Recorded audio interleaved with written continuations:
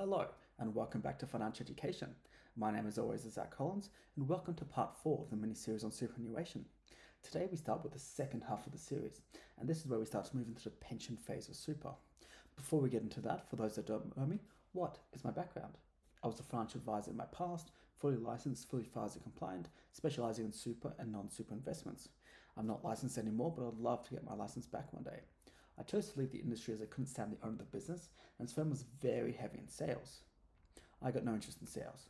I mean, look, it's not all sales. My passion is to help people like you, not to sell various managed funds or insurance products. These days, I work in tax and compliance. Let's get into it. In the first half of the series, we discussed the accumulation phase of super and what you need to do and what you can do in order to maximize your portfolio balance. Now, we need to talk about getting that money back out of super in the most tax efficient way possible. The goal of accumulation super, as I just mentioned, is to get as much money as you can into the low tax environment. Because the government knows that, and they both want you to do it, but they also don't want you to have too much money in super either. Before we dive more into pension, I just want to go through some important information about the classification of your super balance. So your superannuation can be split into tax-free portion, taxable taxed, and taxable untaxed. I've already gone into more detail in a previous super video on this. However, the basics are that your tax-free portion relates to your non-concessional contributions that you've made into the fund. The taxable tax portion relates to your concessional contributions. Make sure you remember this for later on, as we'll talk more about the implications later. Super is designed to be in a way for you to fund your retirement. It's not designed to be a tax-efficient way for you to pass on large amounts of wealth to your descendants. Because of this, they put a cap on the amount of money that you can move into the pension phase. So, what is pension phase? As we discussed in accumulation phase, there was a 15% tax of income earned by the fund.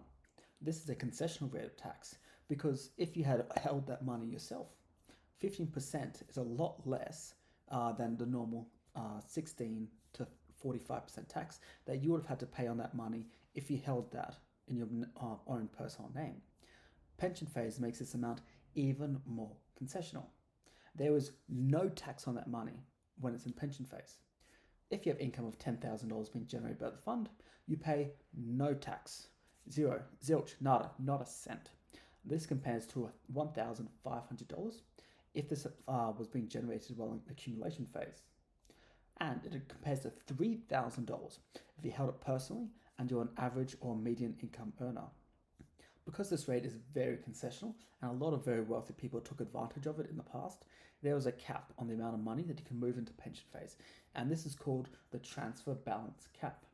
Currently, that amount is $2 million, and it gets indexed based on a WOT, or average workers' ordinary times earnings.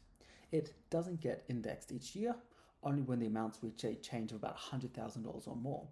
So the next time it'll get indexed, it will either be 2.1 or $2.2 million. It doesn't go in 5, 10, or even $50,000 increments, just a flat 100K. This policy came into effect on the 1st of July 2017 with a transfer balance cap of $1.6 million, and it didn't change until the 1st of July 2021 when it moved to 1.7 mil. That's 4 years with the same portfolio start balance. It was 1.7 for 2 years, and then it jumped to 1.9 on July 2023, and it's now in the last 2 years moved up to $2 million as at 1 July 25. There was a big increase in the average wage over the COVID period, which is what led to the sharp increase in the transfer balance cap. Now, the TBC or transfer balance cap never changes for you. If you start with a pension of $1.6 million, it means the amount you can move into pension phase will never be more than $1.6 million, with a little bit of explanation required, I guess. And one thing I also want to emphasize, it doesn't mean your balance can't be more than 1.6. You just can't move more than that in. Let's say I start up a pension and I use up my full allotment. If I'm lucky, I'm joining a pension each year, but my balance is still growing. Fantastic. Let's say it's now worth $2 million and decide, you know what? I don't actually need the money. I'm going to roll it all back into accumulation phase, keep that money in super rather than drawing it out. When you roll back to accumulation phase, it creates a credit. So if you move $2 million, that's more than 1.6. So what it does is it creates a negative transfer balance cap of $400,000. If in the future you want to move back to pension phase, you can then put $2 million into pension, essentially putting you back where you were previously. Your transfer balance cap remains at $1.6 million, however. When the transfer balance cap gets indexed, you can't then add another $100,000 or $200,000. Whatever indexation may be, once you start your pension, you're locking that amount. If you only use up some of your transfer balance cap, you can get a portion of the indexation. Let's say the TBC is 1.6 mil and you start a pension with $800,000. You've used up 50% of your TBC. If the TBC then gets indexed, because you've used up half, you get half the indexation. If that's $100,000, then you only get to put in an extra $50,000 into pension.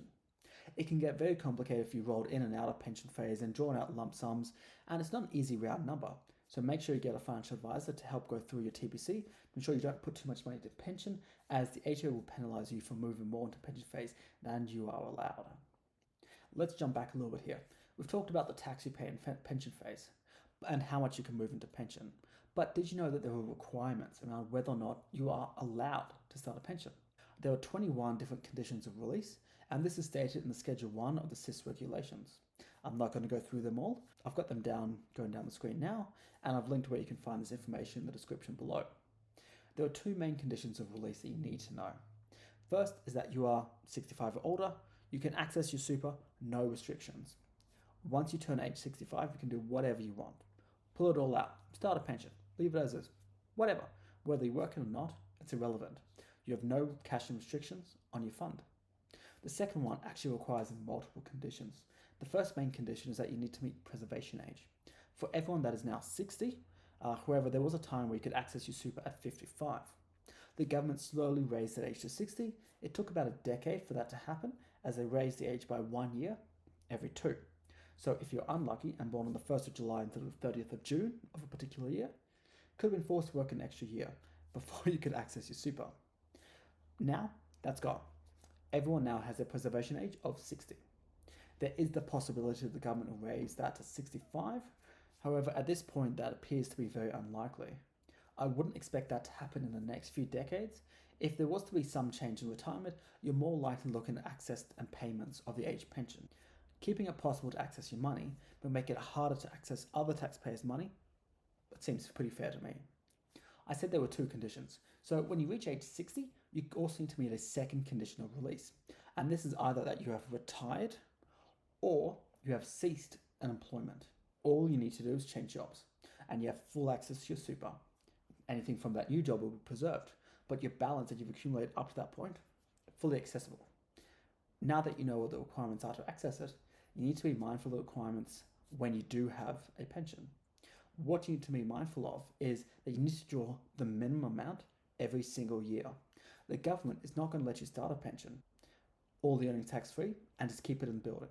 You need to take an income from your pension. The amount you can draw from the pension changes based on your age. If you're between preservation age and 64, the minimum is 4%. From 65 to 75, you need to draw a minimum of 5% of your balance, and it goes up every 5 years from there. For example, if you have a portfolio balance of $1 million, you need to draw a pension of $40,000 if you're age 60. This is the minimum. If you want to draw $41,000, $50,000, $200,000, do whatever you want. As long as you meet the minimum pension each year, you're good. The issues become when you don't. There's heavy penalties, and you want to avoid that at all costs. How do you know if you can start a pension? Well, you might have retired, but your super fund doesn't necessarily know that. They might not see any contributions. However, as far as they know, you may just be between jobs. This is where the additional classification of your funds in your super funds comes in. The superannuation is classified in one of 3 groups. It's either preserved, restricted non-preserved, or unrestricted non-preserved. As I said earlier, about how the cash restriction will disappear if you cease employment after 60, but you can't access new funds. This will result in your super being under 2 of the classifications. As a general rule, all contributions start as preserved. When your super balance is preserved, it means you can't touch it under any circumstances, unless you meet one of the conditions of release I showed earlier. If it's restricted, non-preserved, it means you can access it only under certain circumstances. In most cases, this would be for TPD or income protection payouts, when the policy is held within your super. It gets paid to your super, and if you meet certain requirements, the super fund will release it to you. Finally, unrestricted, non-preserved, essentially means you can do whatever you want with it. You can access it with no restrictions. I also mentioned earlier in the video about the different classification of contributions, being tax-free, taxable taxed, and taxable untaxed. They also play a role when you start a pension. Now, it doesn't affect you personally, but it does affect your dependents. Now, that video is at the end of the series. It's going to be episode 6. So make sure you stay tuned for the next couple of months, like and subscribe, and you'll get that video. There were strategies implemented by financial advisors in the past that have now been fully blocked. What you used to be able to do is you could split up the taxable and the tax-free components into separate pensions. It's no longer possible. The way it works now is if your balance is, for example, 20% tax-free, 80% taxable taxed, this is how it will stay for the life of your pension. Let's say you have a portfolio of $1 million, 20% tax-free, 80% taxable tax. That's a $200,000 tax-free, $800,000 of taxable taxed. Over the next 20 years, you draw out a regular pension. Goes up, it goes down in balance. It's now worth $500,000. The proportion of your fund that is tax-free to taxable tax doesn't change. It will stay at 20 and 80, the same percentage you started with. So since the pension is now worth $500, it means only $100,000 will be a tax-free portion, with the remaining $400 being taxable taxed. As I said, it doesn't matter for you. You draw it out tax-free no matter what. Same for your spouse. They will also receive the balance when you pass tax-free. Only matters for your children, grandchildren, and whoever else receives super, as they will get taxed. On how much they get taxed will depend on how much is tax-free, how much is taxable taxed. Interesting to note is that once you start a pension, you can't add to that pension. If you start one for $100,000, you still got another $100,000 in accumulation. You can't move that amount into that current pension. What you can do though is you can start a second pension, and now you've got two pensions of $100,000 each.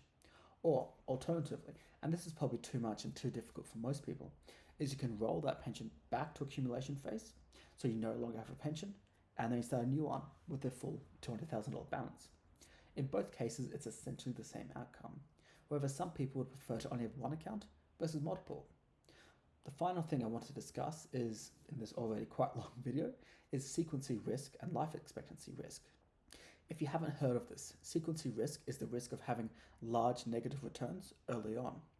If your portfolio averages 5% per year, it's not necessarily going to be a nice straight upwards line. What might happen is you might have 5% one year, 0 the next, minus 10 the year after, and then 20% the next year. These fluctuations are sequencing risk. If you have large negative returns, minus 10, then minus 15, the first few years, it will massively reduce your portfolio balance. But you still need to draw the minimum pension. Hitting the balance even harder, and you require really large returns in the next couple of years to make up those losses. If it doesn't, it means your portfolio might not last long enough to fund your entire retirement, which brings us to life expectancy risk. Life expectancy risk is a massive issue. If you think you live to 70 and you drain all your super in 10 years, living on $200,000 a year, but then actually end up living to 90 or 100, that could be a very long time where you're living on essentially the poverty line. Be the age pension, where if you'd lived a little bit more modestly when you first retired, that money may have lasted your whole life. I suppose at the same time, you never know how long you have left. I had a co-worker that got brain cancer at age 56 or so. She was living essentially paycheck to paycheck because of her poor lifestyle choices, and was waiting on her rich father to pass away so she could inherit $2 to $3 million and then start enjoying her life. She died within 6 months of the diagnosis of that cancer. That's what you need to juggle and weigh up when it comes to a pension. How much do you draw down? Unless you're planning on passing on a ton of wealth to your children, most people plan to use it all up by the time they die. If you get in a car accident or get cancer unexpectedly, you may have a lot more money left unspent.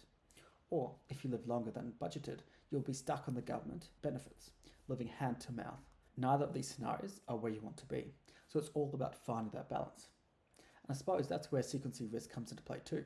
If you start a portfolio and in the next few years there's a massive market crash, that'll significantly reduce the length of time that your pension can support a specific drawdown amount, compared to if you had started up your pension with some really good few years and your balance grows. Hopefully I've been able to help you better understand the requirements to start a pension, how much can go in, the tax implications, and how you decide how much you actually want to draw from your pension. If you've got any more questions, please feel free to drop a comment below and I'll answer it if I can. Thank you so much for watching. I'll see you guys on the next one.